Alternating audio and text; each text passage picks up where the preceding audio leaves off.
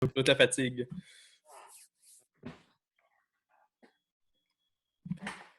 Salut tout le monde, bienvenue à cet épisode numéro 7 du podcast de Hockey sur demande. Encore une fois, cette semaine, fidèle au poste, mon bon ami Stéphane Grenier. Salut Stéphane.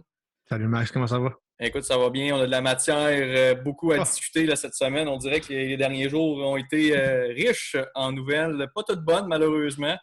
Non. Donc, on va vraiment faire un retour là-dessus. Mais évidemment, avant de parler d'actualité, on va y aller avec notre fameux segment coup de poing. Et en fait, c'est coup de pied, coup de cœur pour la dernière semaine. Je vais te laisser y aller en premier avec ton coup de cœur de la dernière semaine, que ce soit dans la LNH ou dans le hockey en général.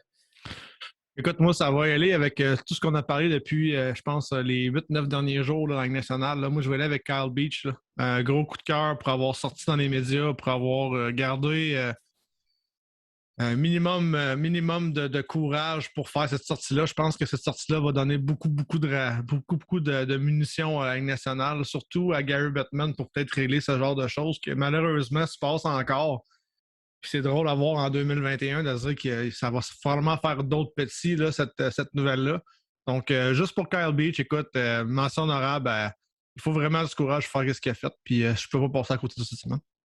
Non, effectivement. Puis je ne vais pas trop en parler tout de suite parce que moi, ça va être à l'inverse. Ça va être mon coup de pied, Ouais. mais pas envers Kyle Beach, évidemment, mais vous allez comprendre dans quelques instants. Moi, je vais aller avec mon coup de cœur. C'est Jacob Markstrom des Flames de Calgary. Oh, oui. Grosse semaine. Sans faire de jeu de mots, il est tout feu, tout flamme avec les Flames de Calgary. 2 jeux blancs dans les 2 derniers matchs et une victoire aussi où il a accordé seulement un but. Donc, 3 départs, un but accordé en 3 matchs. Il a battu les Rangers.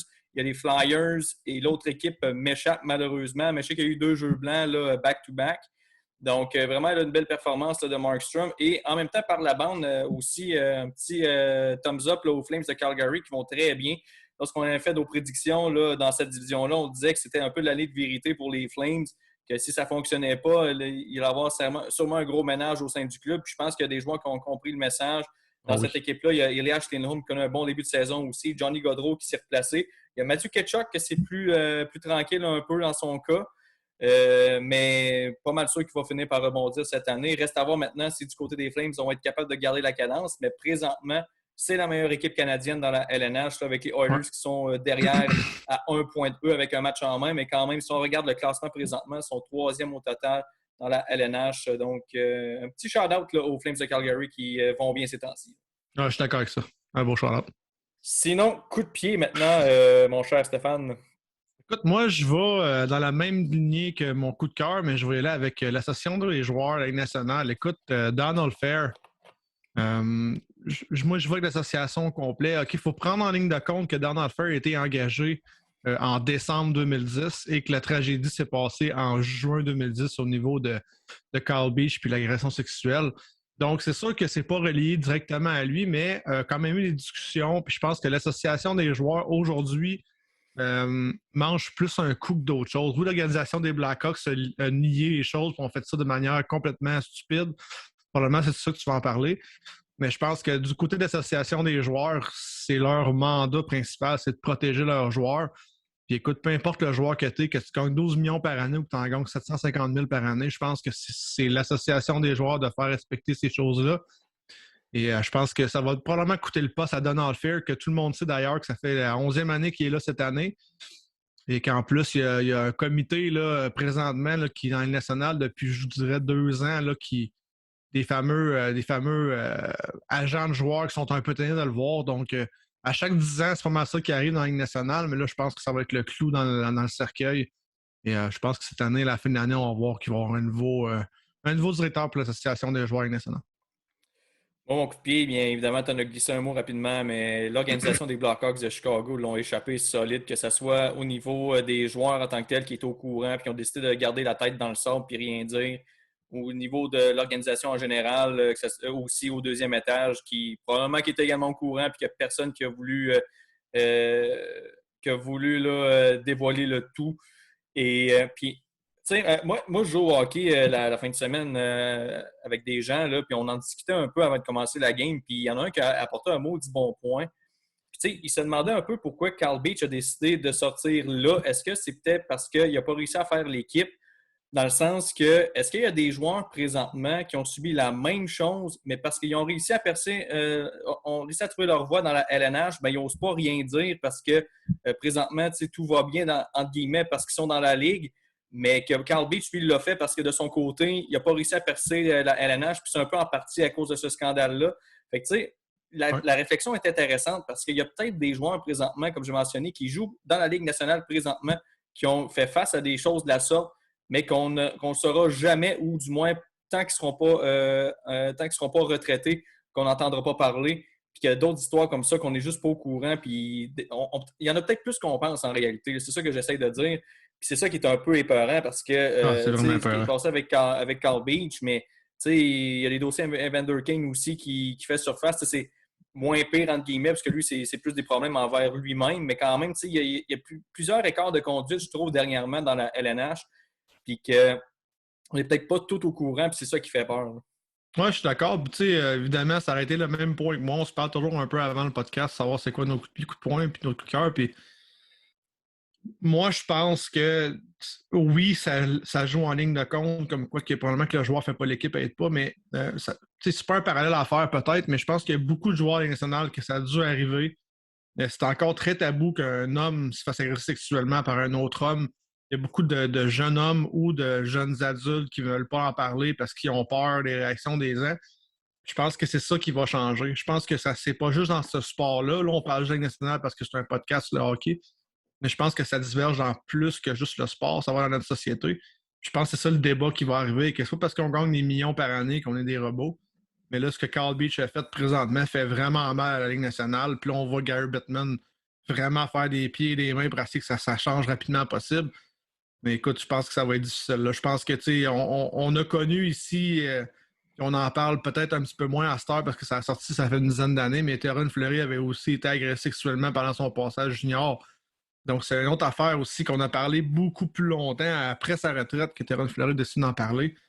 Donc, c'est 31, je pense qu'il a 31 ans, Kyle Beach, ou 29 ans. Là, fait que c'est encore jeune, encore probablement la chance de Ligue nationale, puis il voit que ça ne marche pas. Donc, je pense que les gens qui jouent au hockey avec toi ont raison là-dessus, mais c'est tellement, c'est un sujet tellement délicat que moi, je pense que ça va changer, puis je le souhaite que ça change parce que je pense que tout le monde a le droit à la même chance sans avoir. C'est un abus de pouvoir ce qui s'est passé. Là. Tout ce qui s'est passé avec Aldrich, c'est un abus de pouvoir, puis dans n'importe quel domaine, là, moi, je suis un employeur présentement, là, j'engage des gens, là, c'est impossible que je pourrais faire ça. Là, ça n'a aucun sens.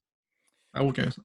Chose certaine, je pense qu'on n'aura pas fini d'entendre parler, même que je pense Non, que non. c'est le début, parce que j'ai l'impression que d'autres histoires, pas nécessairement dans la LNH, mais d'autres histoires qui vont popper aussi à gauche et à droite, que ce soit dans le monde du sport en général ou dans le monde du hockey tout court. Donc, dossier à suivre parce que effectivement, il va y avoir une suite, là, ça ne s'arrêtera pas là, puis il va y avoir des C'est sûr. conséquences là, qui vont débouler là, par la suite. Ouais, puis une Sinon, petite bémol, là, si oui, tu me vas-y. permets, là, tu sais, oui, je ne commencerai pas à plaindre Joël Calville ici, là, mais je l'ai marqué sur mon Facebook. Là. Probablement un des meilleurs entraîneurs de l'histoire de la Ligue nationale avec le plus de victoires avec Scotty Bowman et ces gens-là. Puis on oublie son éducation, on tombe la renommée. Là, s'il a perdu sa carrière pour une Coupe Stanley, à un moment donné, il faut faire la différence entre les... Oui, c'est difficile de gagner la Coupe Stanley et tout, mais je pense que l'être humain est plus important. C'est ça qu'on se rend compte présentement. Mais tous les auditeurs qui nous écoutent, je pense, pourraient dire la même chose. Puis malheureusement, c'est des choses qui arrivent parce que justement, la Ligue nationale, c'est une ligue de résultats et les résultats vont compter souvent plus que l'être humain. Puis on le voit avec les blessures, mais là, on le voit vraiment avec l'état mental. Fait que ça, je pense que c'est un gros dommage. Non, effectivement, puis c'est tellement dur de se bâtir une carrière dans la LNH, mais ça prend juste une chose, Une chose. puis tu tombes dans l'oubli assez rapidement, malheureusement. Je dis malheureusement pour Kenville, mais en Il même temps, mérite. il y a sa part du blâme aussi là-dedans, donc Exact. j'aurais pas vraiment pitié de lui non plus, là, honnêtement. Là. Mais sinon, si on débute maintenant le podcast, officiellement, notre segment est terminé. On va parler un peu du Canadien, évidemment, parce que ça continue de mal aller du côté du CH. Lorsqu'on pense qu'il y a une lueur d'espoir, eh bien, ça s'écroule aussitôt. Canadien qui a terminé un voyage dans l'Ouest, là, il avait joué 4 matchs. Ils ont joué à Seattle, ils ont joué à San Jose, LA et Anaheim. Mais c'est une simple petite victoire que le Canadien va récolter dans ce voyage-là. Mais c'est surtout de grosses interrogations au sein de l'organisation. Lorsqu'on regarde surtout le nombre de pénalités qui ont écopé, puis ça a tellement été fatal dans ce voyage-là. Ça n'a pas été trop fatal contre le Kraken de Seattle au début parce que le Canadien a plutôt écopé de 4 pénalités. Ils ont réussi à bien défendre là, dans ce match-là, 0 en 4. Mais ensuite, à LA, 3 en 5, à Anaheim, 2 en 6. Et tu enlèves ces buts-là, puis on a des matchs beaucoup plus serrés que ça avait de l'air présentement. Mais du côté du Canadien, non seulement on écope beaucoup de pénalités, puis en plus, on n'est juste pas capable de défendre à 5 contre 4. C'est juste ridicule. Non, c'est pas juste ridicule. Je pense que le Canadien n'a même pas l'ardeur au travail. Puis comme tu dis, ils sont vraiment indisciplinés. Là. Je sais pas s'ils se passent encore dans le mot de l'année passée avec les playoffs, là, mais les coups de bâton dans la tête, les coups de poing, les affaires qui se passent, la frustration à chaque partie, c'est sûr que ça va leur faire du dommage. Mais là, je pense qu'aussi les règlements sont mieux appliqués. Là. À un moment donné, je pense que cette année, la Ligue nationale a décidé d'appliquer les règlements un peu plus à la lettre. C'est ça qui fait mal aux Canadiens présentement.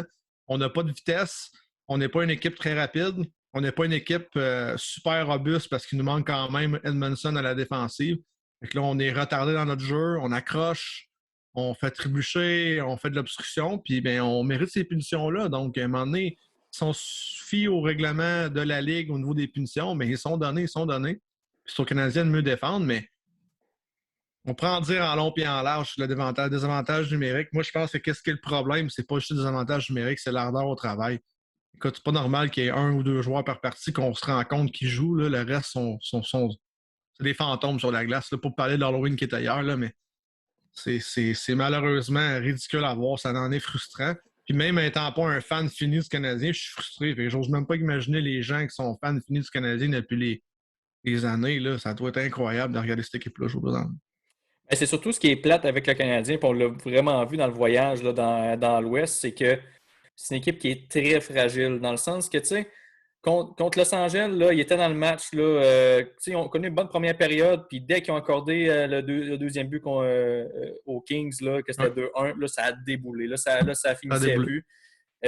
Seattle, ça a été le même problème aussi. On était un peu dans le match dans la première, à peu près ça, quand le Kraken a pris les devants, là, ça a déboulé encore une fois.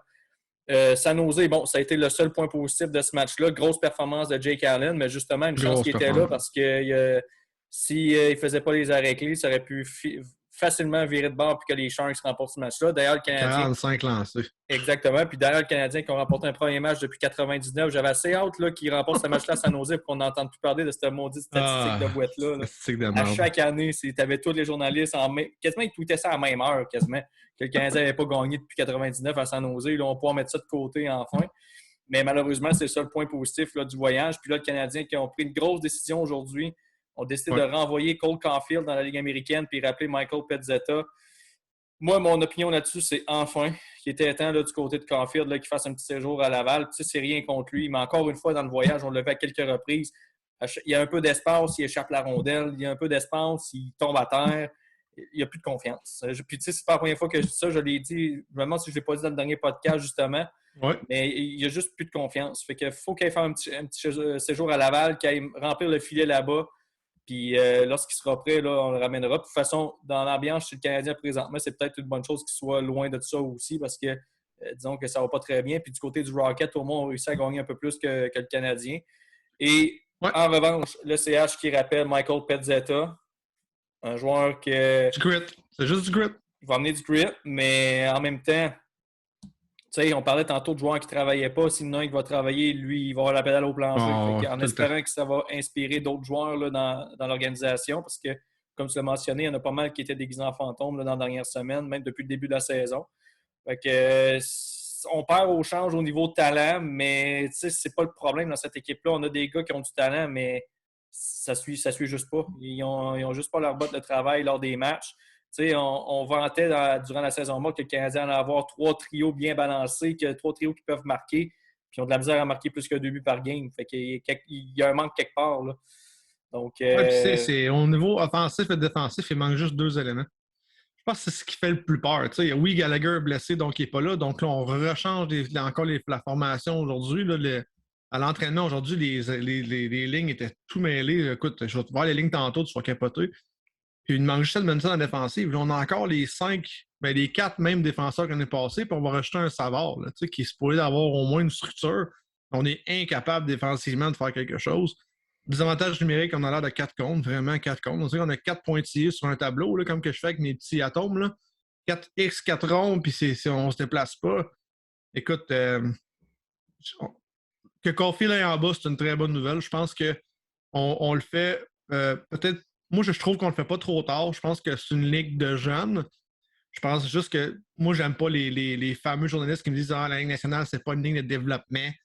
Moi, je pense que la ligue de développement se fait dans les premières années. Si tu veux jouer contre les meilleurs puis tu veux être le meilleur, il faut que tu joues contre les meilleurs. Puis pourquoi que ça marche ailleurs puis ça ne marcherait pas à Montréal? Je pense que c'est la façon qu'on pense qui est différente. Je pense que c'est la pression qui est différente. Mais je pense aussi on forme beaucoup trop d'espoir sur seulement un joueur. On l'a fait avec Carey Price au cours des 15 dernières années. Là, Carey n'est pas là, puis là, l'équipe est plus bonne. Il faut vraiment comprendre que ça va venir en travaillant. Puis si on est vraiment réaliste, là, si on enlève les deux dernières années du COVID, le Canadien n'aurait pas fait des séries 5 années de suite ou 5 années en 6 années. Là. Il faut arrêter de penser que parce qu'on a fait je vais leur donner ce qu'ils ont fait l'année passée. C'est un beau parcours, mais il ne faut pas oublier que Carey Price était devant le filet. Puis là, je pense qu'il faut commencer à se calmer un peu, à essayer de gagner des matchs, gagner les premières périodes, gagner les deuxièmes périodes, avoir plus que 18 lancés dans une rencontre, si ça va peut-être aider. Donc, écoute, moi, je trouve ça désolant de voir qu'il manque 2 joueurs et que cette équipe-là est complètement débousselée. Il n'y a plus rien qui font ça. C'est dans le cas de Caulfield, ce qu'il ne faut pas oublier non plus, c'est que oui, il a joué en série l'an dernier, mais si on totalise le nombre de matchs qu'il a d'expérience en saison régulière, c'est 20. Ouais. Il n'y a même pas une saison complète là, derrière la cravate. Là. En série, c'est facile. Non, c'est pas facile parce que c'est un environnement qui est très robuste. Puis pour un joueur de 5 pieds 7, c'est pas trop évident. Mais Caulfield arrivait là, pas de pression, personne ne le connaît. On l'a vu souvent, ça, des jeunes joueurs qui surprennent dès le départ. Puis qu'après ça, lorsque la vraie première saison régulière commence, on ne les voit plus. Puis, Caulfield, ça va juste lui faire du bien d'aller dans la Ligue américaine, y aller une couple de semaines là, aller marquer des buts, comme j'ai mentionné. Puis après ça, il va revenir. Puis, mais qu'il ait sa confiance, là, c'est là qu'il va réussir à mettre des points sur le tableau. Parce que présentement, puis tu sais, par exemple, il y a une chose que je peux peut-être dénoncer, puis que ça aide pas Caulfield à récolter des points, mais je trouve qu'en avantage numérique, on dirait qu'on l'ignore totalement.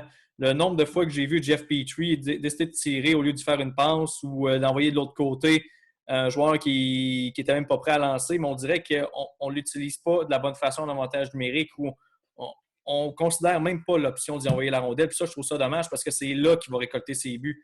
C'est un peu des buts à la Ovechkin, une passe transversale au cercle des mises en jeu. Il y a un bon tir sur réception, il y a un bon tir des poignets, mais on ne l'exploite pas du tout. Puis ça n'a vraiment pas aidé non plus. Fait que, regarde, rendu là, s'il n'y a personne qui peut lui donner la rondelle, il est aussi pas dans en bas, puis il va l'avoir plus souvent la rondelle pour avoir un plus gros rôle offensif aussi. Ouais, je pense qu'il va y avoir plus de facilité avec c'est ce qu'on a manqué, je pense, avec Kotkaniemi, puis je ne compare pas les 2 joueurs ensemble. Mais je pense qu'à Montréal, on ne prend pas Laval au sérieux, puis on devrait. Regarde Zadina avec les Red Wings, a passé quand même une saison et demie en bas, a fait des up and down quand ça va pas bien. Anthony Manta a fait la même affaire dans le temps. Donc, il ne faut pas avoir peur d'utiliser la Ligue américaine, surtout quand tu as une équipe gagnante. On a une bonne équipe dans la Ligue américaine depuis, je te dirais, 3 ans. Il faut en pouvoir profiter aux jeunes aussi. Parce que c'est pas Michael Pescetra qui va te faire gagner des rencontres. Par contre, c'est le gars qui n'aura pas peur de dropper les gants, qui va pas faire une bonne mise en échec, qui n'aura pas peur non plus de faire ce qu'il a à faire sur la glace, donner un peu d'énergie. Mais on a entendu samedi, le DG descend en bas, on s'est paré dans le casse en chambre. C'est quoi se parer dans le casse en 2021 pour des joueurs qui gagnent entre 5 et 8 millions? Là, je pense que cette genre de choses-là, c'est juste pour faire parler les médias puis pour faire d'autres choses parce que je pense pas que de nos jours, je pense pas que le coach puis les joueurs qui gagnent 1 million avec Toronto commencent à gueuler après Matthews puis Marner qui vont pas bien. Je pense pas qu'ils vont les écouter. Fait que je pense que c'est la même chose à Montréal. Faut arrêter de comprendre. Faut arrêter. Moi, je pense que l'esprit d'équipe n'est pas là. Je pense qu'il manque 2, probablement des plus grands leaders nationaux qui manquent en chez Weber puis en Carey Price. Puis ça fait mal aux Canadiens présentement. Ça fait vraiment mal aux Canadiens. Puis aussi, juste pour conclure là, sur ce point-là, aujourd'hui, j'écoutais sur mon heure de lunch, on jase là, avec Martin Lemay, puis il parlait avec Stéphane Waite. Puis il disait, il posait la question à Waite, parce qu'évidemment, il a déjà travaillé avec Marc Bergevin, puis il a déjà vécu ce genre de situation-là. Puis il disait, qu'est-ce que tu penses que Bergevin a dit dans ce meeting-là? Puis il a dit, moi, je pense juste qu'il a dit, gars, écoutez les gars, je crois en vous, parce que sinon, si je ne croyais pas en vous, je ne vous aurais pas signé, je ne vous aurais pas gardé avec l'équipe. That's it. Est-ce que ça s'appelle brasser une organisation, brasser les joueurs? Ils sont Trop dans la friendly. boîte, honnêtement, si c'est ça Trop qu'il a friendly. dit. Fait que, tu sais, c'est dur un peu de fouetter un peu les joueurs quand on a quasiment de la compassion pour eux lorsqu'ils jouent comme des pieds comme ça. Fait que, non, moi, honnêtement, je ne suis pas trop convaincu. Puis, on l'a vu dès le lendemain contre les Ducks. Ça n'a pas été un meilleur match pour le Canadien. Ils ont été plus longtemps dans la rencontre, mais on ne peut pas dire que c'est un gros match, encore une fois, là, du CH. Donc, non, bien hâte de voir comment que ça va virer pour le reste de la saison. Mais tu sais, rendu là, la meilleure chose qui peut arriver aux Canadiens, c'est d'en arracher jusqu'à la fin de la saison. Ils ne peuvent pas se permettre une saison moyenne qui vont rater les séries par 3-4 points parce que leur meilleur shot de première ronde va aller du côté d'Arizona. La seule façon qu'il y ait un bon shot de Oui. première ronde, c'est en terminant dans le top 10 des pires équipes. À ce moment-là, leur choix est protégé parce que on va parler dans quelques instants, mais les Hurricanes, eux, ils n'ont pas de l'air à vouloir connaître une mauvaise saison. Fait que si le Canadien finit 15-16e, exemple, ben, ils vont repêcher probablement entre 25 et 32. Fait que ça ne sera pas une belle année pour eux, puis ils vont en avoir arraché en plus. Fait que la meilleure chose qui arrive pour eux, c'est soit qu'ils gagnent, qu'ils se rendent en série, ou qu'ils en arrachent totalement, mais ils ne peuvent pas aller en entre-deux parce que ça n'aidera pas l'organisation. Non, ça va faire mal.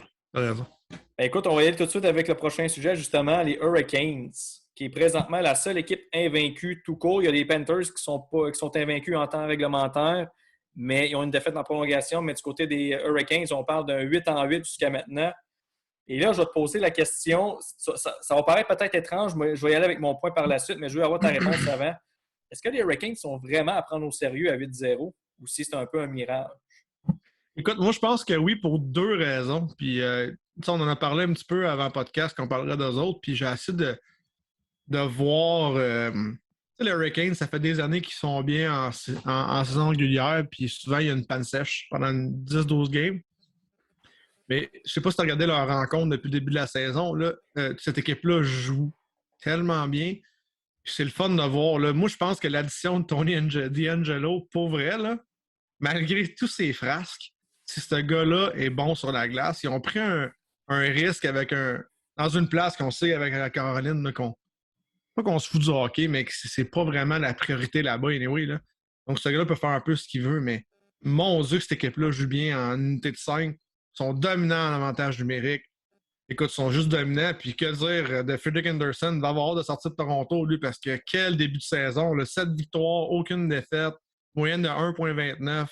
956 de pourcentage d'arrêt avec un blanchissage. Écoute, c'est hallucinant ce que les chiffres donnent présentement avec eux autres. Puis, sais-tu quoi? On les avait mis haut quand même dans nos prédictions. Mais ça va être pas mal ça, je pense, cette année. Je pense que c'est l'équipe qui va faire mal, qui va avoir le plus mal, ça va être le Lightning. Puis je pense que Caroline est prête à aller à l'étape suivante. Je l'avais dit dans mes interventions, dans nos premiers podcasts. Mais là, je pense que c'est vraiment. Écoute, là, son plus 21 en différentiel, c'est débile. En tout cas, je regarde cette équipe-là présentement, puis Kiki a juste l'air, on va en parler peut-être vaguement, mais Kiki a l'air dans un poisson, dans une mare d'autres poissons pareils. Là. Tout se fait bien, tout va bien, joue quand même bien, est vraiment utilisé à sa juste valeur pour là. On voit que l'organisation ne prend pas lui comme premier jeton, mais qu'il y a tellement de bons joueurs autour de lui avec des bons vétérans qu'il peut enfin jouer à sa valeur puis pas se casser la tête. Donc, c'est vraiment un ready check en même temps pour le Canadien, là, en voulant dire qu'on n'a peut-être pas la structure d'une équipe là, que comme les Hurricanes ont, mais il faut se dire les Hurricanes, ça fait quelques années qu'ils sont forts et ils ont mangé leur pain noir pendant longtemps aussi. Donc, on récolte présentement ce qu'on a sommé avec des Svechnikov, Sébastien Aho, Trocheck qu'on est allé chercher il y a 2 ans, Teravainen, même chose. Donc, on a fait des bons choix, puis présentement, ça rapporte. Moi, je trouve que, oui, les Hurricanes sont à prendre au sérieux, mais un petit bémol par contre. Parce que, oui, depuis le début de la saison, ils vont bien. Mais les équipes qui ont affronté, c'est pas le gros char. Là. Oui, on commençait avec une victoire dominante contre les Islanders. Ça, je leur donne parce que les Islanders, on les voyait haut. Ouais. Oui, on arrache depuis le début de la saison, mais je pense que c'est une équipe qui va se replacer là, graduellement. Après ça, tu as Nashville qui ont battu, puis ça a été serré quand même. Tu as Montréal, Montréal, écoute, même Buffalo, ils ont battu, fait que rendu là. Pas qu'on peut pas rire de Buffalo parce qu'ils sont top 10 présents dans la Ligue. Exact. Mais après ça, Columbus, qui est une autre équipe, moi, je les voyais dernier dans la Metropolitan, fait que c'est pas une grosse équipe. Toronto, je vais leur semi-donner parce que oui, sur papier, c'est une grosse équipe, mais ils ont tellement pas de cœur qu'à un moment donné, puis on le Ils voit sont encore fait en début piler de dans la saison, face. là, Là. c'est pas un gros début de saison pour les Maple Leafs, puis la panique commence déjà à pogner là, chez les partisans des Leafs. Fait que ça en dit long pour le reste, le reste de la Ah, mais c'est saison. la façon qu'ils ont gagné contre les Leafs, ils les ont détruits de A à Z. Là. Toutes les Non, c'est ça, facettes du jeu, ils ont pilé dessus. Là. Mais Toronto, honnêtement, ils devraient Ouais, montrer plus de position que ça. Là. Mais tu sais, d'accord avec toi. ils n'ont pas un gros début de saison. Après ça, tu as Boston par blanchissage. Ça, je vais le donner quand même parce que Boston, il ne faut jamais les prendre à la légère. Mais les deux derniers matchs, tu as Chicago, que rien ne va plus pour eux autres. Puis Arizona, que ça a pris un but à 2 minutes de la fin. J'ai regardé les Ouais. dernières minutes. Un cross-check de Chekrin qui a donné un power play. Et ça a permis ensuite aux Hurricanes de marquer parce que sinon, ça s'en allait en prolongation, ce game-là. Fait que, tu sais, ils n'ont pas réussi à dominer. Oui, ils ont dominé au niveau des tirs au but, mais ils auraient dû piler sur cette équipe-là puis faire un Ah Columbus ouais. d'eux autres puis les planter 8-1. Mais ça n'a pas été le cas. Puis là, prochain match contre Chicago encore. Fait que, tu sais, j'ai juste hâte de les voir contre les vrais gros clubs. Tu sais, quand ils vont pogner Washington, quand ils vont pogner les Samedi contre Panthers, Floride. quand ils vont pogner Tampa Bay, même si c'est pas un gros début de saison, ils sont quand même un gros club. Fait que j'ai hâte de les voir contre ces clubs-là. Parce qu'à date, ils n'ont pas eu tant d'opposition que ça, je trouve. Est-ce que c'est parce qu'ils sont trop forts, justement, ou parce que la qualité des équipes qu'ils ont affrontées est moyenne? Moi, je pense que je vois avec un mélange des deux, mais surtout un peu plus en raison de la qualité des équipes adverses, parce qu'ils n'ont pas battu vraiment de gros clubs là-dedans. Là. Ils ont battu quelques bons clubs, mais ce n'est pas des clubs qu'on voit. Tu sais, comme moi, Boston, je ne les voyais même pas en série. Là. Fait Ouais. que, Je suis d'accord. fait que, tu sais, oui, ils sont à prendre au sérieux parce que, pour les raisons que tu as mentionnées, Frédéric Anderson, ça a l'air de bien fonctionner là-bas. Ils ont tellement une attaque intéressante. Peut-être qu'Aniemi ne récolte pas vraiment de points, mais tu sais, il Bon réussit quand point. même là, à créer des choses là, sans nécessairement avoir son nom sur le tableau indicateur. Donc, non, moi, pour vrai, les 15 sont bons, mais je veux les voir comment ils vont réagir contre les gros clubs. Écoute, on va en s'en reparler le 17, mercredi le 17 novembre, parce qu'ils vont avoir affronté Chicago mercredi le 3. Floride, probablement la meilleure équipe avec eux autres dans la ligue présentement, le 6. Tampa Bay 9, qui est toujours un gros test à Tampa Bay en plus. Pour ça, les Flyers, que je pense qu'ils sont capables de battre. Les Blues ne sont pas à laisser à eux-mêmes non plus le 13. Donc, un 2 matchs en 2 soirs avec les Blues le deuxième soir, c'est pas faisable. Ce sera pas facile, ça va être difficile à prendre. Puis on a le 16 aussi qu'on affronte Vegas. Donc, c'est sûr, je comprends ce que tu veux dire. Oui, on a probablement affronté des équipes un petit peu moins fortes que les autres équipes. Par contre, il faut que tu gagnes ces games-là. Puis je pense que la parité nationale fait en sorte. Mais je suis d'accord avec toi. On va s'en reparler le 17, voir s'ils seront vraiment à prendre à la légère encore. Non, maintenant, c'est le volet, les défenseurs qui ont fait la passe de cash. Parce Et qu'il y a eu tabarouette. deux grosses signatures du Vite, côté vite. des défenseurs. On va commencer par Adam Fox du côté des Rangers. 7 ans, 9,5 millions par année. Ça suit un peu la lignée des Makar qui ont signé des gros contrats, Donald Nurse aussi, Seth Jones aussi, si je ne me trompe pas. Fait que, écoute, c'est dur de dire que c'est pas mérité parce que depuis ses débuts dans la LNH, le gars a récolté 40 points et plus. Il a eu 42 sa première saison. Là, j'y vais de mémoire. Là, 42, je pense. Après ça, 47 c'est en Ouais. 55 matchs qui a donné le Mhm. trophée Norris l'an dernier. Puis là, il est parti Ouais. sur 9 points en 9 matchs. Donc, il livre la marchandise. Mais ouf, 9,5 millions pour un gars de 23 ans. C'est de la misère un peu. Mais je comprends. Au moins, on s'assure de l'avoir à long terme avec l'organisation. Puis c'est le meilleur défenseur des Rangers jusqu'à maintenant. Donc, c'est Ouais, dur de ne puis pas lui donner l'argent. Là. je suis d'accord avec toi, mais ce que j'ai aimé de ce contrat-là, oui, c'est 66,5 millions par année pour 7 ans, mais c'est juste 7 ans. Donc, on n'a pas fait une erreur de le signer à 9, 10 ans ou 8, 9. Là, je pense que Il n'y aurait pas pu de oui, façon parce que maximum, c'est 8. Donc. c'est 8 à ça la convention collective, tu as raison. Fait que, oui, c'est beaucoup d'argent, puis un peu comme Kaprizov, là, j'ai le même discours. Oui, c'est un bon défenseur, oui, c'est un bon joueur, j'ai pas de misère avec ça, mais je trouve qu'on donne beaucoup d'argent beaucoup trop tôt à des jeunes. En même temps, on ne veut pas les perdre. Fait que qu'est-ce qu'on arrive, c'est que présentement, à la Ligue nationale, les joueurs ont le plus gros goût du bâton. Tout le monde sait que pas le salaire minimum, mais le cap salarial va augmenter dans les prochaines années. Les rumeurs sont à 100 millions d'ici 5 ans. Donc, imaginez-vous, là, ça va être 18,5 millions de plus dans les 5 prochaines années. Donc, c'est sûr que les joueurs sont plus à voir. Les gérants le savent. En même temps, les agents de joueurs le savent. Mais écoute, on peut-tu vraiment blâmer les Rangers de vouloir garder un Adam Fox? Je pense pas. Je Mais tu sais, pense pas. en même temps, ce que j'aime mieux de ces contrats-là quand ils sont signés tôt, c'est que tu signes pour les années qui vont être dans leur prime. Exact. Contrairement au marché des joueurs autonomes où on surpaye des joueurs, mais qui sont rendus déjà à 28-29 ans, puis que là, ils vont avoir 2 bonnes saisons, puis après ça, ils vont commencer à régresser à partir de la troisième sur un contrat de 7 ans, 8 ans. Fait que, tu sais, au moins, tu sais que Adam Fox, là, il a 23 ans présentement, tu sais qu'entre 23 et 30 ans, il va être dans son prime, puis il va en donner pour l'argent qu'il va récolter. Puis, tu sais, c'est la même chose avec un Kaprizov, c'est la même chose avec un Cale Makar. Tu sais, on paye cher là, mais on sait qu'on va avoir les bonnes années de ces joueurs-là et non 2, 3 bonnes années, puis les 5, 6 d'après, on verra s'il va régresser rapidement ou pas. Fait que, tu sais, de ce côté-là, je peux comprendre l'organisation de donner de l'argent tout de suite, sachant qu'ils vont avoir au moins les meilleures années de ces joueurs-là. Ouais, je suis d'accord. Vraiment d'accord. Puis écoute, c'est la nouvelle réalité nationale. Hein. On l'a vu avec Suzuki, on l'a vu ici à Montréal avec Suzuki, mais on le voit de plus en plus avec McCarr. Puis tout, on veut signer les joueurs pour qu'est-ce qu'ils vont nous donner.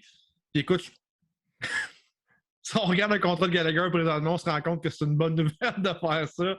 Parce que je pense que le contrat de Gallagher va faire mal à long terme.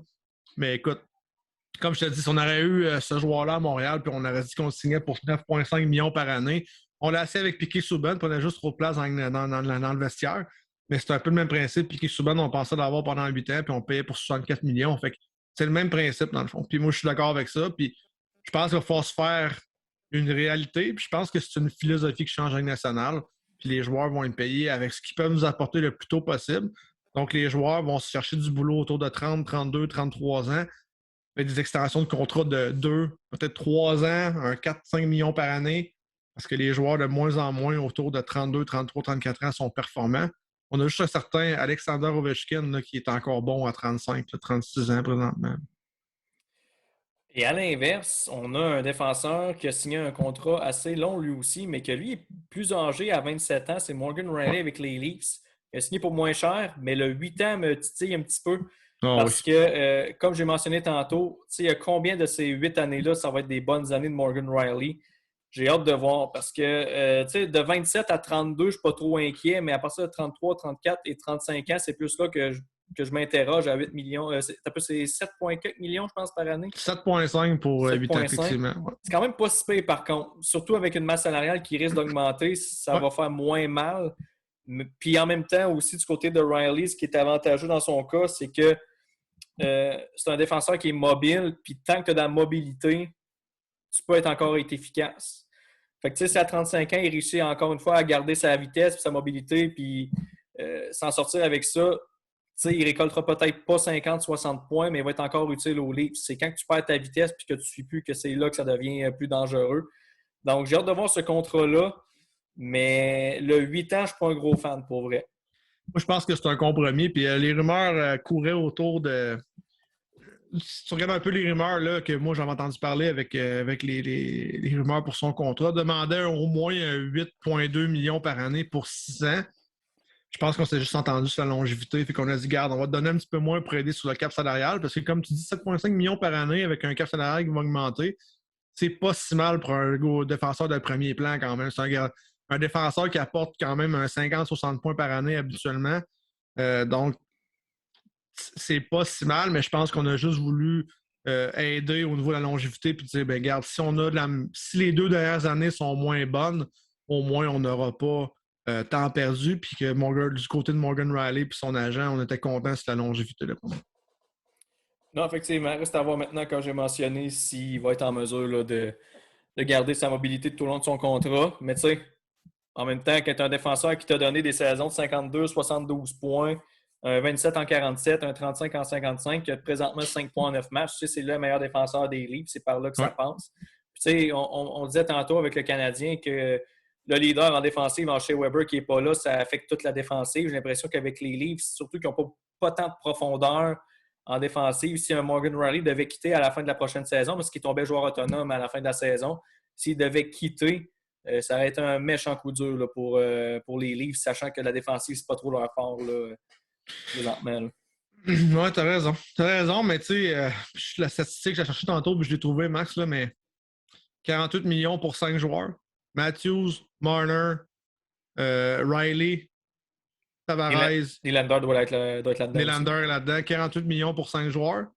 la totalité des joueurs d'avant. Donc, les 13 joueurs d'attaque chez le Lightning Tampa Bay, 47 millions. Et ça va en dire long. Ça veut en dire long. Puis Kyle Dubas, d'après moi, ça va être ce qui va un peu clouer sa tombe là aussi. Je pense que si Toronto a un rythme comme qu'ils vont cette saison, embarque dans les playoffs, dans les derniers, puis fait pas encore une bonne séquence dans les playoffs, je pense que ça va être la fin de Kyle Dubas là-bas. Moi, j'ai l'impression que, oui, on parle de 48 millions pour 5 joueurs, mais moi, j'ai l'impression qu'il y en a peut-être un ou deux qui sont à veille de quitter. Moi, je pense que du côté des Leafs, si ça ne fonctionne pas encore une fois cette année, ils n'auront pas le choix d'essayer quelque chose. Puis est-ce que c'est un Marner qui va quitter? Est-ce que c'est un Nylander? Ça a été souvent le mal-aimé, Nylander, du côté de Toronto depuis qu'il est arrivé. Quoique ça a été le meilleur joueur des séries, de la dernière série pour les Leafs. Là. Mais il y a eu des rumeurs là, récemment avec Marner qu'il voulait peut-être quitter l'organisation. Donc, j'ai hâte de voir qu'est-ce que ça va donner. Mais j'ai l'impression que s'il y a quelque chose qui ne fonctionne pas encore une fois cette année, il va y avoir un gros morceau qui va quitter. Ce ne sera possiblement pas Matthews.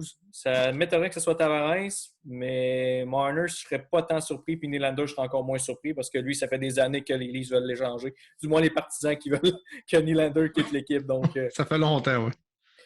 Écoute, est-ce que tu voulais ajouter, tu des sujets que tu voulais qu'on discute ou si on pense à la section sur réception? Écoute, très rapidement, petite nouvelle que tu as vu passer, mais que je pense que tout le monde sait, mais on va en parler pareil. Suspension de 2 matchs pour Pocket, ça a mis en échec sur Zegras. Je veux juste apporter ça, pas parce que je suis pas d'accord avec la suspension, je pense que la suspension est méritée. Ben moi, juste une petite bémol, puis je veux savoir, c'est peut-être moi qui est dans le champ, fait que peut-être que tu peux me corriger là-dessus, mais il me semble que dans le passé, quand un joueur était chassé du match, qu'il y avait un 5 minutes, il n'y avait pas de suspension qui suivait. Les suspensions, c'était si on donnait un 2, après ça, il y avait possibilité de suspension. Fait que je vais t'avouer que j'étais un petit peu confus. Je ne sais pas s'il y a eu un changement de règlement entre-temps. Probablement. Mais j'étais surpris de voir qu'en plus de son 5 minutes, il y a eu une suspension de 2 matchs. Ouais, probablement ça, mais ils l'ont donné, je pense qu'ils ont donné un 5 minutes pour boarding, puis ils l'ont sorti du match à cause de ça. Je pense que dans le règlement, à Star, quand tu as un 5 minutes pour boarding, si tu donnes exclusion de la partie, peu importe, ça vient qu'un 10 minutes, pas antisportif, mais un 10 minutes pour conduite dangereuse, fait que ça sort. Et moi, ce que je suis surpris de cette décision-là, puis ce que j'aime pas de la situation, je déplore pas que Paquette passe un mauvais jugement parce que c'est un joueur de quatrième trio. Je sais pas si tu as vu la mise en échec de Ovechkin sur le joueur des sénateurs d'Ottawa cette semaine qui te l'a complètement aplati de dos dans la bande. C'est 2 poids 2 mesures pour moi. Puis je dis pas que la suspension n'est pas méritée. Je dis seulement que si Paquette fait cette mise en échec à Zegras, il y a une punition. S'il fait cette mise en échec-là à Delaurier, il n'y a pas de punition. Puis il y a probablement boarding avec une suspension d'un match, mais probablement pas un 2 matchs. Puis je trouve ça déplorable de voir que ça l'a joué dans la tête du Canadien, cette partie-là, mais encore une fois, on veut mener ses coups à la tête là. Si tu regardes le jeu tranquillement, c'est une recrue. C'est Gross voit Paquette arriver, tourne le dos les numéros, se fait rentrer dans la bande. Puis je te dirais, là, je vais peut-être sonner un petit peu fafane là-dessus, je m'en excuse d'avance. Mais dans les chiffres, oui et non. Là, c'était. Il était semi de côté. Ça méritait. Je suis d'accord avec le 5 minutes, ça, je suis d'accord. À la limite, là, c'est un boarding, mais la suspension, c'est peut-être un peu too much, surtout que là, je vais encore faire mon fafane pendant les 15 prochaines secondes. Mais je pense que c'était au match préparatoire qu'il y a Josh Norris qui avait étampé Nikou. C'était encore pire. Là. Lui, c'était vraiment d'un numéro, tête première dans la bande, puis il n'y a eu rien. Zéro. Fait que, tu sais, je trouve ça plate un peu. Puis, tu sais, si ça avait été, même pas un joueur du Canadien, ça avait été dans un autre match, comme tu dis, l'exemple d'Ovechkin, c'est ça aussi, là, je suis d'accord avec toi, ça aurait pu très bien finir en 5 minutes, puis peut-être ou 2 minutes d'une suspension, mais parce que c'est Ovechkin, là, tu sais, on a un petit passe-droit. Mais je trouve tellement que dans ces mises en échec-là, ils ne sont pas constants là-dessus. Puis il y a des cas qui étaient bien pires que ça. Puis en plus, Zegras est revenu dans le match. Puis souvent, on punit pas mal aussi la conséquence que le geste en tant que tel. Alors que du côté, si je reviens à mon exemple de Nico, bien, il a raté les débuts de la saison à cause de cette mise en échec-là. Puis il n'y a rien eu, là, même pas de pénalité sur le jeu. Puis rien encore non plus pour le suspendre par la suite. Fait que, tu sais, je trouve ça un peu de valeur, mais écoute, regarde, le geste devait être puni, ça, il n'y a aucun doute là-dessus. Ouais. Mais je m'aurais peut-être attendu à un 2 minutes, puis au pire une suspension, mais pas un 5 en plus d'une suspension. Oui, puis c'est là que je trouve plate parce qu'il va falloir à un moment donné Le règlement est trop changeant envers différents officiels. Puis, tu sais, comme je te dis, on préfère nos fafans, puis on l'est pas trop, mais moi, je trouve ça plate. Je trouve ça plate de voir que tu sais, Paquette, je pense pas qu'il avait l'intention de le blesser. Puis, malheureusement, si on regarde la Ligue nationale, mais il avait l'intention de le blesser selon eux. Puis, un hearing, de toute façon, tu sais, quand tu as un appel téléphonique à faire avec la Ligue nationale, tu sais que tu vas être suspendu anyway. Fait que, même si tu veux t'expliquer que le joueur, j'aimerais ça entendre une conversation, c'est quoi, une conversation complète d'un joueur avec avec la Ligue nationale par rapport à ça. Je pense qu'on est déjà crucifié d'avance quand on s'en va là. Tu sais, honnêtement, lorsqu'on regarde le jeu, Paquette avait clairement l'intention de frapper Zegras. Ça, je ne dévoile même pas ça. Mais je pense pas qu'il avait anticipé qu'elle allait se revirer de bord, par contre. Tu sais, c'est ça l'affaire. Puis tu sais, c'est ça qui est dommage avec ce genre de jeu-là. Puis encore là, je ne veux pas défendre Paquette. Là, je parle vraiment de tous les jeux de cette nature-là qu'on voit tellement souvent. Mais à un moment donné, il y a le joueur qui se fait frapper, que ça part de responsabilité aussi quand tu tournes le dos comme ça à la dernière minute. C'est sûr que tu vas te faire étamper dans la bande. Tu sais, je veux dire, quand un joueur a l'intention de te frapper, c'est dur de freiner à la dernière seconde puis de l'éviter. Là. Fait que, il faut que tu t'aides un peu en absorbant un peu la mise en échec avec une épaule plus de côté, mais tourne pas le dos comme ça à un joueur parce que c'est sûr que tu vas te faire étamper. Là. Ouais, on apprend ça junior. Je pense même avant junior. Non. À ça, on plaque plus bien Bantam Midget. Non, c'est un bon point. Un bon point. Bon, écoute, je vais sortir mes questions rapido. Écoute, cette semaine, la thématique, c'est choix de réponse. J'ai pas été dans le très compliqué. Honnêtement, je vais te dire que j'ai pas eu tant d'inspiration, malheureusement, pour cette semaine. C'est tough, hein, 4 questions? Je te l'avais dit la semaine passée. Comment? C'est tough, 4 questions chaque semaine. Hein? Non, effectivement. Fait que, on va commencer avec la première question. Présentement, il y a 2 équipes qui sont toujours à la recherche de leur première victoire. On a les Coyotes de l'Arizona et les Blackhawks de Chicago. Selon toi, c'est laquelle équipe qui va finir par gagner son premier match en premier? Moi, je dis que c'est les Blackhawks puis asseoir contre Ottawa. Oh! Ouais. On va aller voir d'ailleurs le pointage, s'il y a des buts qui ont été inscrits d'un coup. 0-0, la première vient de commencer, ça fait 53 secondes. Pourquoi je dis asseoir contre les Sénateurs? Parce que les Sénateurs sont probablement l'équipe qui peut se faire surprendre par les Blackhawks présentement. Surtout qu'il y a un retour aussi de Patrick Kane aujourd'hui qui a finalement testé. Finalement testé non positif. C'est pas non positif, t'attends. Négatif à 3 tests de COVID là, hier et avant-hier. Donc, oui, ça va faire du bien. Puis tu vois, là, pendant qu'on parle, Chicago vient de scorer. Donc, Hagel vient de scorer à 50 secondes du match. Donc, mais en fait, je pense... en fait première, en fait, il reste 49 secondes à la période. T'as raison, mon Dieu, je l'ai vu à l'envers. Kane une passe, donc mon pool +1, nice. Bon, tu vois, excellent. Donc, je pense qu'ils sont prenables, les Sénateurs, puis je pense que les Blackhawks, ils ont eu beaucoup de problèmes dans la dernière semaine et demie avec toutes les controverses, toutes les choses, tout le scandale sexuel. Je pense que l'avenue de Patrick Kane va aider cette équipe-là ce soir. Écoute, j'avais tendance à dire la même chose aussi, là, les Blackhawks de Chicago, les Coyotes de l'Arizona, pour vrai, il n'y a rien qui se passe avec cette équipe-là. Je compte les Flyers demain. Écoute. Après ça, il y aurait 2 matchs prenables, entre guillemets, avec les Ducks puis le Kraken. Mais tu sais, le Kraken, c'est jamais facile, les Ducks non plus. Fait que, non, honnêtement, là, je pense que les Hawks là, vont finir, surtout avec le retour de King, comme tu as mentionné. Puis tu sais, pour vrai, là, les Coyotes, là, je t'avais dit under 20 victoires cette année. Là. Je pense que t'as raison, man. Je le crois en maudit, pour vrai. Là. Sérieux, il n'y a rien dans cette équipe. Tu sais, je suis abonné sur toutes les équipes de la NHL sur Facebook. Puis, tu sais, à chaque game, les Coyotes, ils postent leur alignement. Puis, je suis comme, on dirait un alignement de la Ligue américaine. Ça n'a pas de sens. Ah, c'est débile. Ils n'ont rien. Ils n'ont littéralement rien dans cette équipe-là. Puis, tu sais, oui, ils ont Clayton Keller, ils ont Chekron, mais Chekron ne connaît pas un bon début de saison. Là, ils ont rappelé Barrett Hayton là, pour essayer de l'amener en sauveur, mais ça ne changera pas grand-chose. Pauvre Tourigny du Hamel, pour vrai. Là, déjà que c'est un casse-tête en Arizona depuis trop longtemps. Déjà qu'ils n'ont pas encore de place pour jouer l'année prochaine. Oh my God. Écoute, moi, je pensais que 20 victoires, c'était un minimum dans la Ligue nationale, mais là, je pense que ça ne sera même pas 10 si ça continue comme ça. Écoute, il y a quand même 10 parties de jouer dans la Ligue nationale pour certaines équipes. Les autres, on en joue combien déjà? T'as un peu mal à voir. Là. Je pense qu'on va rendu à ça. C'est leur 10e demain. Écoute, c'est quand même assez incroyable. C'est déjà un miracle qui a réussi à aller ramasser un point, puis le point, c'est contre les Sabres. Ouais, exact. Puis, tu sais, je vois même pas la lumière au bout du tunnel, comme tu dis. Mais écoute, si je suis assis, c'est sûr qu'il fait chaud là-bas, puis t'en profites, là, mais ouf, ça va pas être facile d'être entraîneur là-bas. Il fait chaud là-bas, mais il fait fret en baptême, c'est pour leur différentiel de but pour but contre. Moins 26 Ouais, présentement. 26. C'est ça. Ça veut tout dire dans cette organisation-là, malheureusement. Mais comme je le répète, ils vont être bons dans plusieurs années s'ils réussissent à bien repêcher puis bien développer parce qu'ils ont du stock. Mais en attendant, c'est ça. C'est le passage obligé qui est un peu pénible pour les partisans. Puis tu essaies de garder cette équipe-là dans cette ville-là en plus. Disons que ce n'est pas des arguments de grande taille là, pour. Non, puis ça fait penser aux Blackhawks de 2002 à 2007, là, avant que les Kane puis les Taves arrivent. C'est vraiment ça. Là. C'est pas les Hallers qui ont mal. Comment dire? Il n'y a pas mal recruté, mais ils ont mal dirigé leur recrutement. Tandis que l'Arizona, on sait qu'ils ont une bonne équipe de recrutement. Et on sait qu'ils ont une bonne tête de hockey en arrière de ça.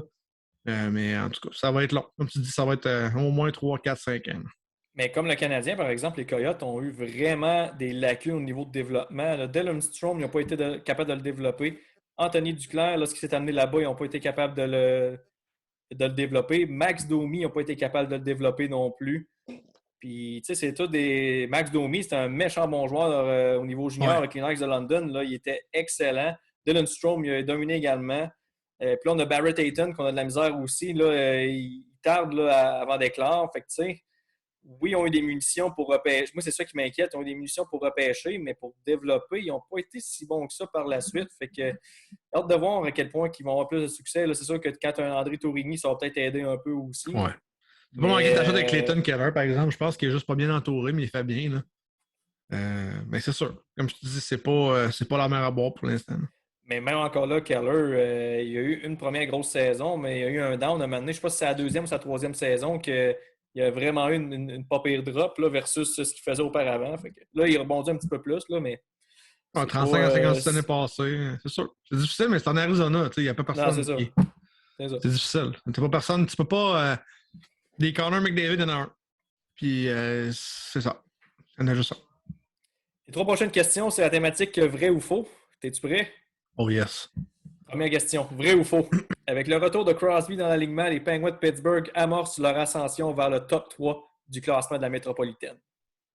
Wow, hey, c'est bien dit ça. Quelle belle question. Oui, j'y crois cette année. Ouais, j'y crois.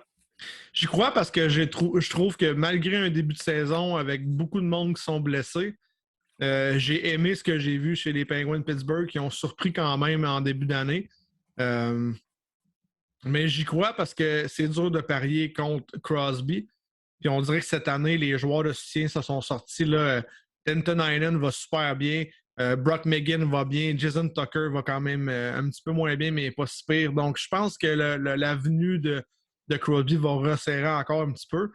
Puis peut-être faire du bien à Jake Wenzel présentement, là, que Crosby revienne. Mais écoute, moi, je pense que oui. Puis si tu regardes cette division-là, crème, ça fait quand même peur. Là, en tout cas, il y a bien des équipes que je voyais plus haut que finalement sont plus bas. Et que ça fait quand même peur présentement, je te dirais. Là. Moi, je vais aller avec un faux parce que je pense que les Islanders ont fini par se replacer. Puis j'ai de la misère à tasser les Hurricanes et les Caps dans le top 3. Les Caps sont l'air d'être en mission présentement. Ouais. Ça n'a juste aucun sens. Ils sont en train de perdre contre Tampa Bay, par contre, là, mais ils sont quand même en mission en général depuis le début. Ovechkin qui marche à plein régime. Ensuite, tu as les Rangers qui sont en feu aussi. Fait que je pense que ça va être dur pour les Pingouins. Là, ils sont derniers présentement dans la métropolitaine. Ils sont à 5 points des Rangers et du 3e rang avec un match en main. Mais je trouve que ils vont monter un peu au classement. Je pense qu'ils vont passer les Devils. Puis je ne serais pas surpris qu'ils vont passer éventuellement les Jackets, peut-être même les Flyers. Là, parce que les Flyers, honnêtement, je suis plus ou moins convaincu depuis le début de l'année. Là. Mais je pense pas qu'ils vont réussir à se hisser malheureusement dans le top 3. Là, parce qu'il y a trop de bons clubs là, qui vont continuer à dominer dans cette division-là, qui est très relevée, comme tu as mentionné, ça n'a juste pas de sens. Ah, c'est débile. C'est débile, puis ça crée des différences majeures entre les équipes. Là. C'est ça qui est le fun de cette division-là. Prochaine question, on en a discuté, pas vraiment, mais je pense que tu avais effleuré un petit peu le sujet avec les Blackhawks. Mais vrai ou faux, le passage de Marc-André Fleury à Chicago se terminera avant Noël. Wow. Écoute, rumeur de transaction avec les Oilers présentement. Il y aurait même Tyson Barrie qui serait dans la transaction. Donc, est-ce que c'est vraiment ce que les. Je pense que les Oilers ont besoin d'un gardien de but. Je pense qu'avec Chicago, ça marche zéro, pour on le voit présentement. Là. Je pense que Marc-André Fleury, s'il décide qu'il veut partir, il va dire à son agent puis ils vont trouver une équipe. Je ne serais pas surpris. Donc, ma réponse va être oui. Je pense que Marc-André Fleury n'est plus au stade de reconstruction, est au stade de gagner. Puis je pense que justement, de revenir au Canada avec une équipe contre les Hallers, parce que c'est vraiment eux qui sont en top là, au niveau des rumeurs de transactions. On a un Yamamoto avec Tyson Barrie qui s'en irait avec à Chicago contre Marc-André Fleury. Je prendrais peut-être un pari risqué parce que écoute, Koskinen fait pas mal depuis le début de la saison avec les Hallers. C'est surprenant avec ce qu'il nous avait amené l'année passée. Mais je pense que c'est Mike Smith là, qu'on a peut-être un petit peu plus peur du côté des Hallers. Fait que, écoute, c'est une excellente question. Je pense que oui. Je pense qu'il va partir avant Noël. Écoute, moi, je serais même pas capable de répondre à cette question-là parce que dans un sens, je pense que Fleury en a déjà son touch Chicago, surtout avec la situation actuellement. Je pense pas qu'il s'attendait à. Oh, non. S'il avait pu prévoir que cette situation-là aurait arrivé, je pense qu'il aurait juste pas accepté de se faire échanger là-bas. Là, je pense que du côté. Non, non, jamais. Je pense qu'il aurait parlé à son agent puis il aurait dit hey, fais le message au GM que moi, Chicago, je veux rien savoir. Là. Même si, je ne pense pas qu'il y avait une clause de non-échange. Par contre, je ne sais pas s'il devait soumettre une liste d'équipes. Il me semble que non. Fait que c'est sûr qu'il y a moins de contrôle à ce niveau-là, rendu là. Mais il aurait pu décider. Là, il y avait des rumeurs durant la saison morte, là, comme quoi qu'il n'allait peut-être pas se rapporter à Chicago, qu'il allait peut-être plutôt prendre sa retraite. Ben, je pense que s'il avait pu prévoir cette situation-là, il aurait peut-être pris sa retraite à la place d'aller dans cette tempête-là.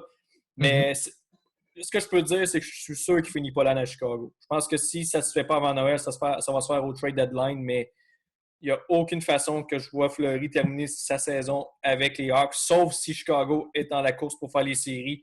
Mais à voir comment il joue présentement, je serais très surpris que ce soit le cas. Fait que, moi, je pense qu'il va être échangé. Est-ce que ce sera avant Noël? Il reste quand même juste un mois et demi là, avant Noël, donc il ne reste pas beaucoup de temps. Mais date limite des transactions, ça, je suis pas mal sûr qu'il va être parti. Peut-être Edmonton? Est-ce que ça va peut-être aussi à Montréal? Sait-on jamais si Price ne revient pas? Sait-on jamais? Écoute, Mais je pense pas que le oh Canadien my va être God. plus en position d'être en course pour les Abs séries. fan. Fait que... Abs fan qui l'a lancé. Là. Non, non, je pense pas que ça va se faire. Je pense que si Marc-André Fleury revient, ça va être une équipe dans le premier tiers. Puis je pense que Mark Strom est en train de faire sa place avec les Flames. Donc la meilleure situation serait vraiment avec les Oilers. Puis je pense que ce ne serait pas un mauvais fit avec les Oilers, là, qui est une équipe qui est un peu comme Vegas, qui a beaucoup de vitesse puis beaucoup robuste. Donc je pense qu'il serait plus dans son élément rendu là. Et pour clore ce segment-là, un dernier vrai ou faux. Donc, Stéphane, vrai ou faux? Michael Pezzetta ne retournera pas à Laval cette saison. Faux. Faut pas virer faux que Michael Pizzetta. La seule façon qu'il pourrait rester à Montréal, c'est s'il peut produire un petit peu offensivement. Je pense pas qu'il cherche son côté offensif, mais s'il est capable de jouer défensivement quand même bien. Donc, si Michael Pizzetta joue bien défensivement, tue des punitions, apporte de la robustesse, apporte probablement peut-être dropper les gants un petit peu aussi, ou apporte de la fumée sur la glace là, avec les je pense que c'est le seul moyen qui peut rester à Montréal, mais je pense que là, on a beaucoup de joueurs blessés qui vont revenir à un moment donné. Donc, je pense pas qu'il y a de la place pour lui là, sur un 13 régulier.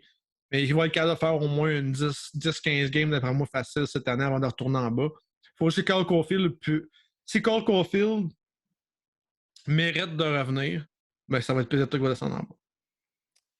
Écoute, moi, je suis un peu déchiré, mais je vais dire quand même faux. Mais je pense que là, la beauté J'aimerais avec ça, par exemple. Pezzetta présentement, c'est qu'il y a du temps. Parce que là, Ouais. Mathieu Perrault a été placé sur la liste des blessés pour les 2 à 3 prochaines semaines. Fait qu'il y a vraiment une belle audition dans son cas. Puis honnêtement, moi, je te l'ai dit depuis le début. Ben, je te l'ai dit depuis le début, c'est pas comme je te le disais à chaque podcast, là, mais on s'en a déjà parlé. Mais préfères-tu un Perrault et un Paquette ou un Harvey Pinard puis Pezzetta? Ouais, je suis d'accord. Moi, je pense que c'est là que ça va jouer. Si Pezzetta réussit vraiment à amener d'énergie puis que tu vois que le gars se défonce, parce qu'il n'y en a aucun chez le CH présentement qui se défonce vraiment. C'est triste à voir malheureusement. Mais si lui, il réussit à apporter cette énergie-là, il va être dur à déloger. Puis en plus, il fait ce que plusieurs joueurs du Canadien ne font pas. Il est capable de jeter les gants. Ouais. Fait que ça, c'est un gros plus. Tu sais, je dis pas que le Canadien a absolument besoin d'un homme fort, mais tu sais, c'est toujours utile. Puis tu sais, honnêtement, je préfère voir un Pezzetta jeter les gants qu'un Ben Sherratt, parce que Sherratt, on a vraiment plus de besoin. Fait que s'il se blesse, déjà que la défensive est assez moyenne, merci. Tu sais, un Pezzetta, ça fait moins mal s'il se blesse. C'est plate à dire, je ne souhaite pas de blessure, c'est pas ça le point. Mais tu sais, c'est quand même un attaquant là, qui est étiqueté Ligue américaine. Fait que s'il se blesse, ça ne va pas tout défaire la structure du Canadien présentement. Fait que tu sais, il y a le luxe, entre guillemets, de pouvoir jeter les gants sans que ça fasse mal au tricolore. Fait que non, moi honnêtement, je pense pas qu'il va finir la saison à Montréal, mais son audition là, est parfaite présentement parce que c'est pas l'histoire de 1 ou 2 matchs. Là, il y a du temps pour prouver qu'il est capable de jouer sur une 4e ligne dans la LNH. S'il se garoche sur tous les lancers, s'il distribue 5 ou 6 mises en échec par match, s'il drop les gants une fois de temps en temps, moi, honnêtement, je vois pas comment ils vont pouvoir le renvoyer en bas là, parce qu'il n'y a aucun joueur du Canadien qui fait ça présentement. Non, tu as raison, puis c'est la seule opportunité qu'il y a, puis tu as raison avec les points que tu apportes. On n'en parle pas souvent, mais c'est le genre de joueur qu'on ne peut pas avoir trop de talent sur une 4e ligne, puis c'est le genre de joueur qui va apporter l'ardeur au travail. Fait que on est un peu déchiré parce que je pense qu'on a vraiment découvert Michael Pezzetta pendant le camp d'entraînement, puis on a aimé ce qu'il a apporté. Écoute, c'est pas rien que sa chevelure qui est chevronnée, mais c'est aussi son Shout-out à Caden travail. Primo qui s'est bien déguisé en lui à Halloween. Tellement! Donc, écoute, oui, c'est sa meilleure audition qu'il peut avoir. Puis je pense qu'à Montréal, on aime ça avoir des joueurs comme ça. Les amateurs aiment ça. Puis je pense que ça peut être... Je vais t'en nommer un joueur qui ressemblait pas mal à ça. Puis qu'en plus, était québécois, fait que c'était encore mieux. Steve Bégin. Steve Bégin. C'est le premier nom qui m'arrive en tête, moi aussi. C'était pas le gars qui allait score. Il était capable de marquer les buts une fois de temps en temps. C'était pas très, très souvent. Mais il mangeait les bandes. Puis moi, honnêtement, là, j'espère qu'il va jouer demain contre tes Red Wings. Puis honnêtement, là, j'ose espérer, puis pas mal sûr que ça va arriver, là, mais il va tellement être motivé, puis il va tout défoncer pour vrai. Là.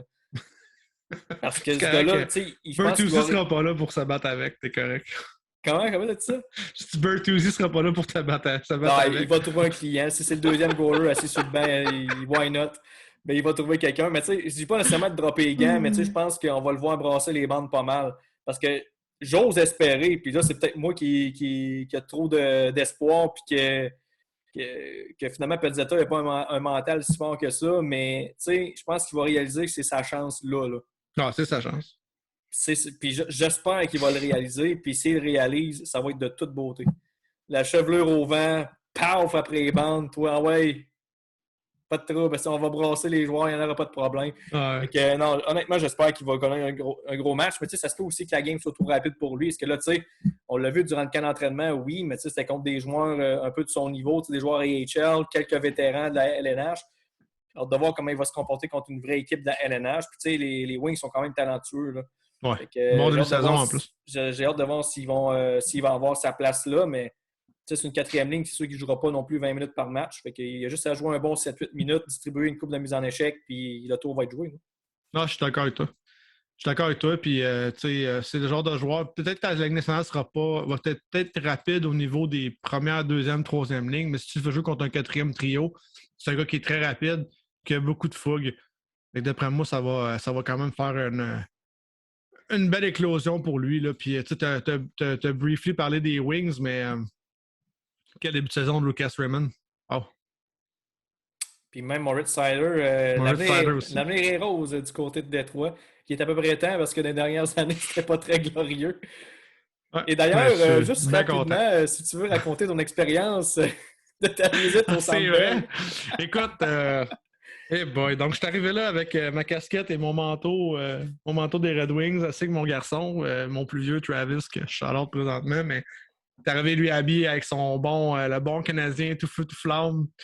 Puis je me suis fait écœurer toute la soirée là, par mon garçon, par les partisans. Écoute, c'était mémorable. C'était une bonne guerre. J'ose espérer qu'il y a personne qui t'a vraiment provoqué pour dropper les gants. Non, le monsieur à côté de nous, c'était un anglophone. Puis à un moment donné, il me dit quelque chose sur ta casquette. J'ai dit, ouais, c'est correct, je comprends. Puis à la fin, il parlait en français avec mon plus jeune. Puis il se faisait des high-fives quand le Canadien scorait. Moi, j'étais à côté sur le banc. Mais honnêtement, t'es vraiment pas chanceux. T'es vraiment pas chanceux. Le Canadien joue 8-9 matchs cette année. il en joue 2 bons, puis ça a tombé sur tes Wings. Ils ont détruit mes Wings. Mais tu sais, ça paraît niaiseux parce que ça a apparu que Bertuzzi n'était pas là. C'est niaiseux, oui. hein, mais ça a apparu, là, le fait qu'il n'est pas vacciné et qu'il n'a pas pu joindre l'équipe à Montréal, ça va être la même chose demain. Là.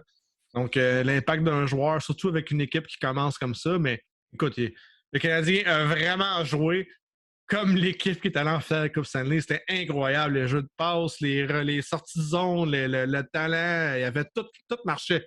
Perrault, 3 buts en plus. Donc, écoute, c'était une belle soirée, je me suis vraiment amusé. Fait que, mais écoute, je me suis fait. On s'est fait ramasser mes beaux Wings. on a bien ri, on a bien ri. Mon garçon trouvait ça très drôle. Puis tout dans le métro, en revenant, il disait à tout le monde hein, mon papa a perdu, moi j'ai gagné. C'est vraiment drôle. C'est vraiment cute.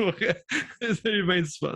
Mais tu sais, moi, c'est le fun quand c'est des soirées comme ça. Là, je fais une petite parenthèse avant de clair, parce que tu sais, on voit souvent des vidéos passer sur Internet là, que des partisans qui prennent vraiment trop ça à cœur, puis ça se bat dans les estrades. Non. Juste parce que tu n'as pas le bon chandail, tu sais, c'est un peu triste. Là, je veux dire, c'est du sport. On a le droit d'encourager l'équipe qu'on veut. Puis, tu sais, au moins, je suis content de voir que, tu sais, oui, les gens t'ont taquiné pas mal, mais tu sais, au moins, c'était de bonne guerre, puis il n'y avait rien de.